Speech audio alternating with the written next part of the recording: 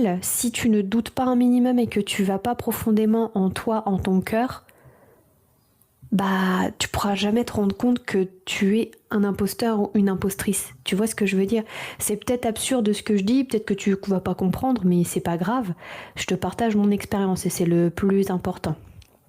Et en fait, j'ai tout remis en question, tout s'est effondré, toutes mes croyances, tous mes projets, toute ma vie en fait, tout moi vraiment très compliqué.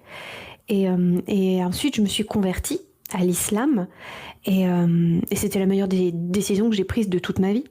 Et quand je me suis lancée, quand j'ai commencé à prier, quand j'ai commencé à étudier en profondeur cette religion, j'ai appris beaucoup de choses, j'ai compris beaucoup de choses. Euh, et ma vie a changé du tout, du tout au tout. J'ai vraiment, j'ai levé up quoi. Mais vraiment. Et là, ça va faire un petit peu plus d'un an et c'est incroyable. J'ai vraiment énormément de reconnaissance et alhamdoulilah, j'ai pas de mots et j'en parlais pas.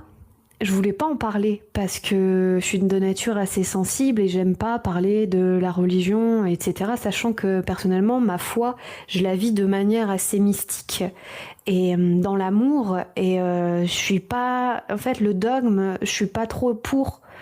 Enfin, il y a des bonnes choses dans le dogme forcément, mais pour moi, tout ce qui est dogmatique, c'est enfermant, enfermant. Si vous voyez ce que je veux dire. Et ça empêche l'élévation de l'âme, selon moi. Donc, je ne veux pas m'enfermer dans un dogme. Donc, comme vous pouvez le voir, voilà. Puis plein d'autres choses.